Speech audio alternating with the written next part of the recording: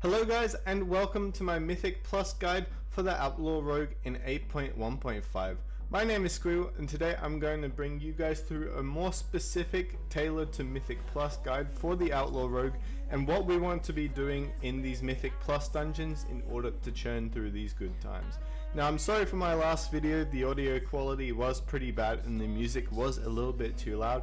The main reason for this is my mic is having a little bit of feedback at the moment, and short of replacing the whole microphone, there's not much I can do. Unfortunately, funds are a little bit tight, but as soon as I have enough money to replace my microphone, it is at the top of my priority.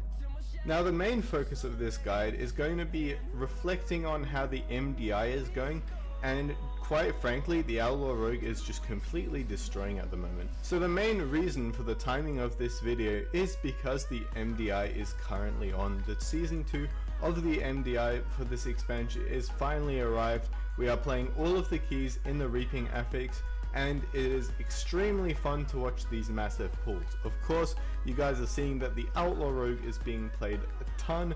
It does an insane amount of AoE damage, and it is just an overall really solid class for Mythic Plus, and easily the best Mythic Plus DPS spec in the game. Today I'm going to go through all of these things which make the Outlaw Rogue relevant, as well as how you can go into these Mythic Plus by yourself, you know, in a pub or with some of your keys, and really just top the DPS meters and completely obliterate every single week. It's a lot of fun, honestly, and if you guys haven't given it a try, I recommend you guys go for it.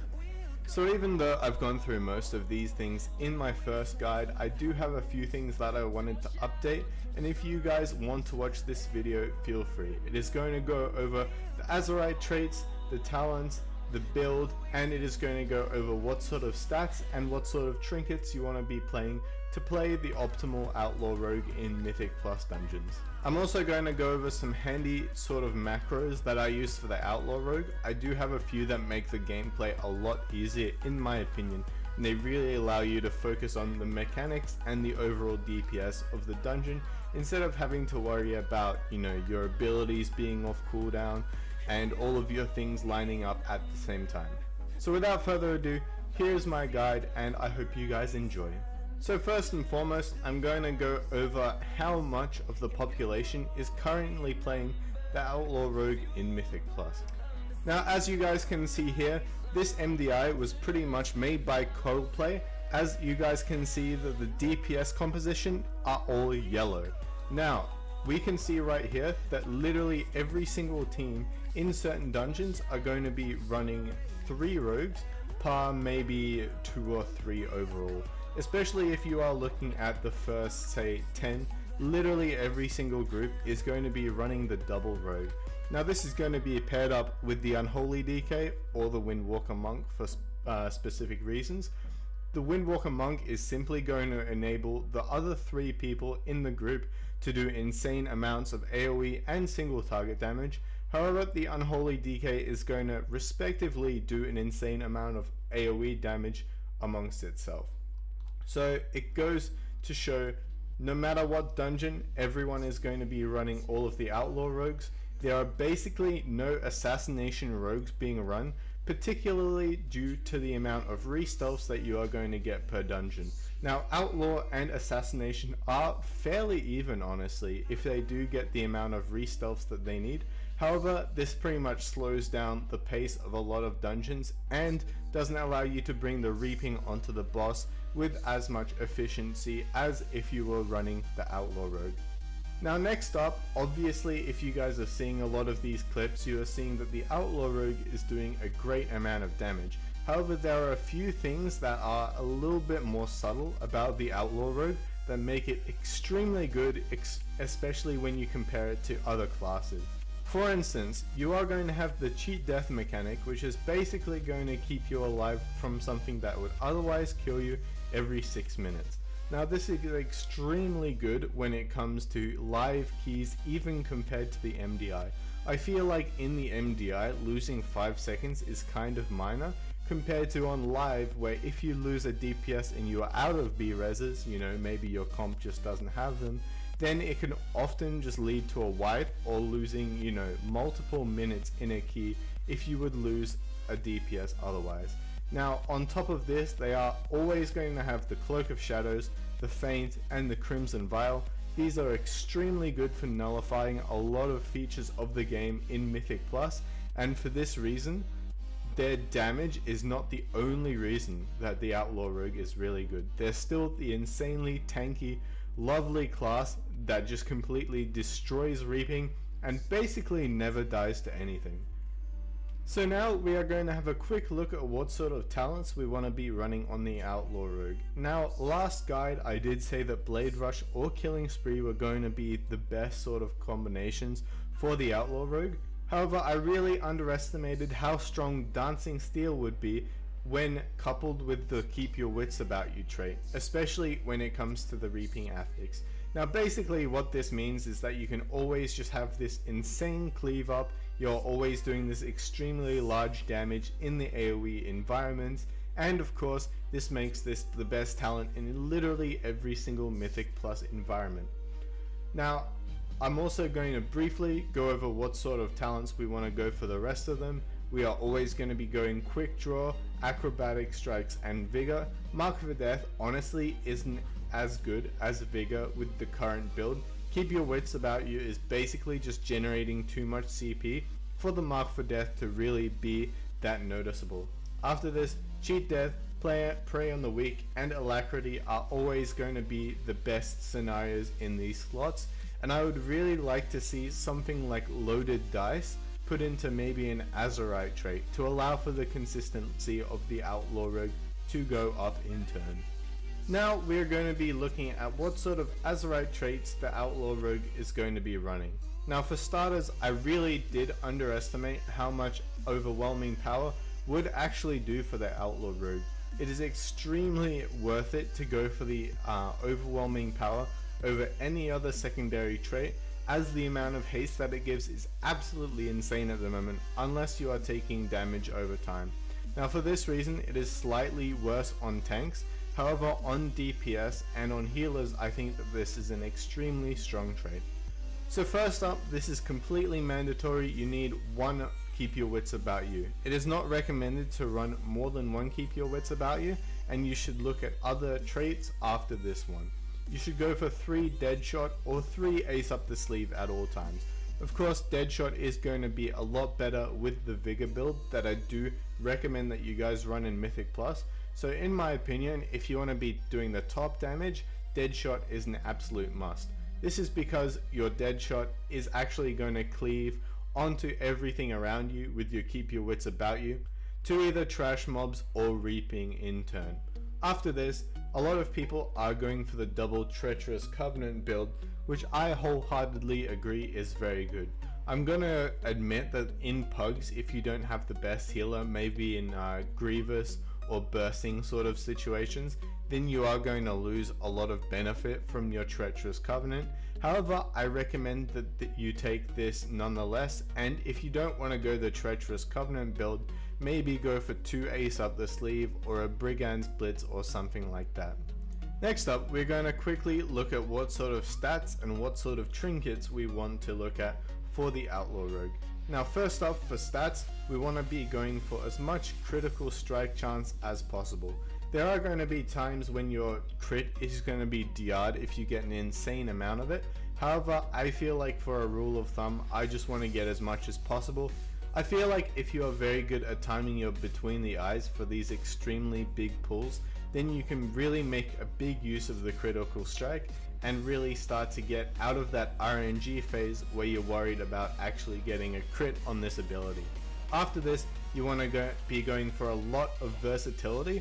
I recommend that you guys go versatility over haste when it comes to Mythic Plus and AoE situations, as like I said, if you are pooling well enough, you can have all of your abilities and all of your energy up and ready to go.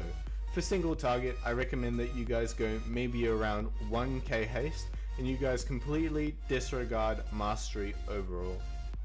For trinkets, I'm going to be running the Harlan's Loaded Dice and the Deadeye Spyglass. Now both of these are extremely good trinkets and they are only rivaled by very few trinkets such as the Mechatalk trinket and the trinket from King's Rest. Now I feel like for a beginner especially, the Harlan's Loaded Dice and the Deadeye Spyglass are extremely good, as they are very proc heavy based and you don't need to worry about them too much. They're going to automatically give you these stats as long as you are hitting stuff, and of course it means that if your tank is pulling a little bit slow, you don't have to feel too bad about holding these on use trinkets for those big pulls in the future. Now I'm going to talk about something that a lot of people ask me. Honestly, a lot of people are a little bit stumped when you get out of the complete rotation phase of the Outlaw Rogue. People always ask me, what should I be doing on the Outlaw Rogue when I am doing big pulls, or when I'm going into a big pull and I am doing the reaping? Well, my main thing that I would recommend you guys do is you bank your combo points and you bank your roll the bones. For instance, if you're about to go into a new big pull, you want to make sure that you're saving up 5 combo points in order to get a good roll before the big pack comes. Like if you have a big 5 pack and then a reaping coming in at the same time, you don't want to be sitting there just re-rolling hoping for good buffs. You want to have one ready to go, ready to last the entire duration of the pull. And of course, if you can tell that the mobs are going to die very soon, you don't want to be re-rolling the whole time there as well. Sometimes you just have to bite the bullet, take a bad roll, and then go for the between the eyes and the run through method in turn.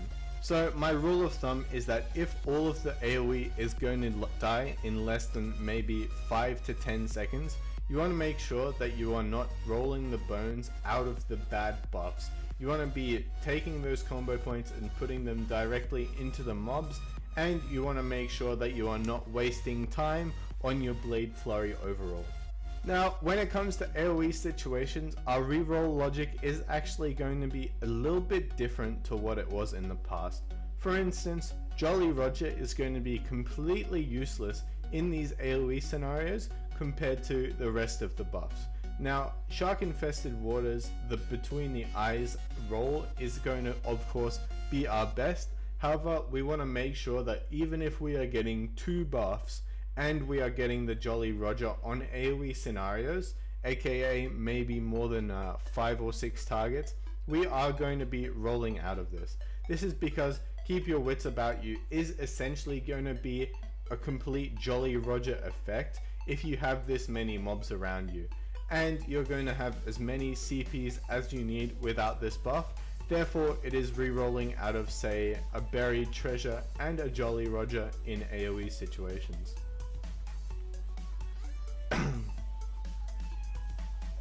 Now, of course, Grand Melee is something that you want to be taking for the single target. Now, of course, Grand Melee is something that you want to keep for single target and AoE rotation as well. And on top of this, I feel like Grand Melee is especially underrated when it comes to Mythic Plus scenarios because of the leech that it gives. Especially if your healer is struggling a little bit, or you're pugging and they can't get you out of Grievous all the time. This is an especially good role to keep, and it is very lucky to have a lot of the time in Mythic Plus. Now, at the same time, I'm going to talk about what you want to be doing with your Blade Flurry and what you want to be doing in your AoE scenarios with your Blade Flurry. Now, if you have a big pack coming up, such as a Reaping, you want to make sure that you have your 2 Blade Flurries ready to go, and you have either a Dead Shot or a Between the Eyes stored up, as well as a lot of combo points ready to go into the mobs. So as soon as these boys are spawning, 1 second beforehand you want to be using your Blade Flurry, and then you just want to go completely ham for that 12-second window. What's going to dictate a good Outlaw Rogue from a great is how well they can use these Keep Your Wits About You windows, and how much they can use their Blade Flurry in these huge AoE scenarios in order to pump all of these AoE mobs. Now, of course, for my macros, I recommend these to both experienced players and for new players alike. My main macro is going to be a focus Tricks of the Trade macro. This basically puts your Tricks of the Trade onto your tank. Now, this is going to be extremely useful in Mythic Plus scenarios, as you can pretty much pull for your tank a lot of the time in order to get all of these things closer together. and that's a lot of the reason why a lot of these groups don't need an AoE grip for most of these scenarios. They don't need to pull a pack of 2 or 3 off to the side, as the Outlaw Rogues literally just open up on those with a tricks and it goes directly to the tanks. Now this is something that you want to be using pretty much on cooldown, and you want it to be up and ready for your tank, especially if they are outside of their avatar or their Seraphim windows. Now straight after this, I recommend that you guys are using your trinkets along with your adrenaline rush and with your blade flurry. Now if you are not a Mythic Plus main and you do some raiding on the Outlaw Rogue as well, you want to take this off your blade flurry and only keep it on your adrenaline rush, and you want to make sure that you are using it in all of the situations where you need this on-demand damage if you do have these on-use trinkets. Now of course, make sure that you guys are using your racial abilities on top of this as well. If you are, say, a Dark Iron Dwarf, make sure that you're macroing these into a lot of your abilities, and you're making sure that you're not wasting these or leaving them on cooldown for most of the dungeon. Now that just about wraps up my guide for the Outlaw Rogue in Mythic Plus in 8.1.5. This has been an MDI special, and I really hope you guys enjoyed this. If you guys want to see more of this kind of video, make sure to leave a comment below and say that you enjoyed it. I'm really considering making guides on the Restoration Druid, Windwalker Monk, and Unholy DK, so a lot of you Fodom players can really get behind these classes and really learn how to pump out the highest damage in Mythic Plus scenarios with these classes. And of course, if you guys like this video, make sure to give it a thumbs up and subscribe to my channel for more updates on the reg. Now thanks for watching guys, and get out there and pump those high